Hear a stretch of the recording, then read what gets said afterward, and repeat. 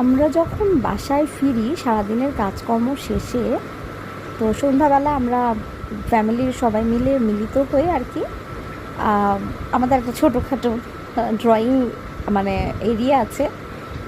এইখানে আমরা বসে টেলিভিশন দেখি, বাবা, মা, আমি, আমার বোন। আমরা দুই বোন দুজনেই স্কুলে জব করি।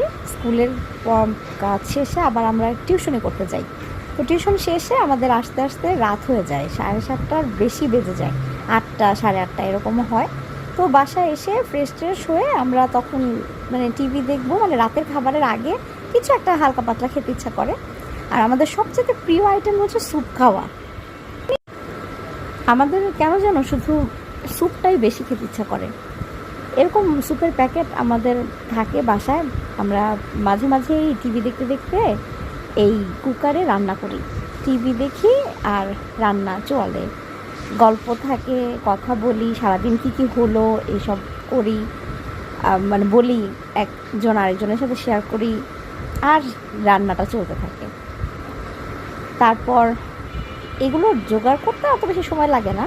এই ফ্রিজ থেকে এনে ধুয়ে টুয়ে মানে ধোয়াই থাকে ওটা, তারপর আরেকবার ধুয়ে মানে এনে বসে রেডি হয়ে যাই রান্না করার জন্য। যাই হোক, অন্তত একটা সুন্দর সময় কাটে। টিভি দেখি, খবর দেখছি, মাঝে মাঝে চ্যানেল চেঞ্জ করে নাটক দেখছি। এই তো ডিম দেওয়া হয়ে গেল, আর আমাদের স্যুপও মনে হয় রেডি হয়ে গেছে। তারপরে বেড়ে আমাদের 4 বাটি 4 জনের জন্য কিন্তু একদম ভালো হয়ে যায়। যতটুকু এই বাটিটার মধ্যে ধরে একদম 4 জনের জন্য ইনাফ, ভালোই হয়েছে। আর এই ম্যাগির স্যুপটা খেতে আমাদের 4 জনেরই খুবই ভালো লাগে, গরম গরম, মানে একটা সুন্দর নাস্তা হয়ে যায়, খেতে দারুণ। আপনারাও ট্রাই করতে পারেন।